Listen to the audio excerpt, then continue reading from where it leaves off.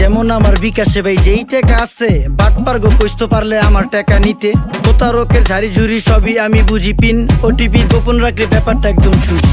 আমি পুরা সতর্কতায় থাকি সাবধানে, বিকাশে টাকা রাখি এখন ফুরফুরা মনে। ফেসবুকে লিংক দিছে এঞ্জেল সাদিয়া, দেখি নাই ভাবিয়া করিলাম ক্লিক যখন বিশ্বাস করিয়া, সাথে সাথে ব্লক দিয়া গেল টাকা সব নিয়া। 3 মাস পাগল ছিলাম এখন আমি দেউলিয়া। ফেক লিঙ্ক ফেক আইডি চিনতে হবে ভাইডি, ঘরে বসে আয় করুন ভুগি চুগি কথাটি। ভুয়া ভুয়া অফার আছে, অফারের ভিতরে ব্যাপার আছে, ব্যাপারের ভিতরে ভাত, পা দিলেই মাথায় হাত।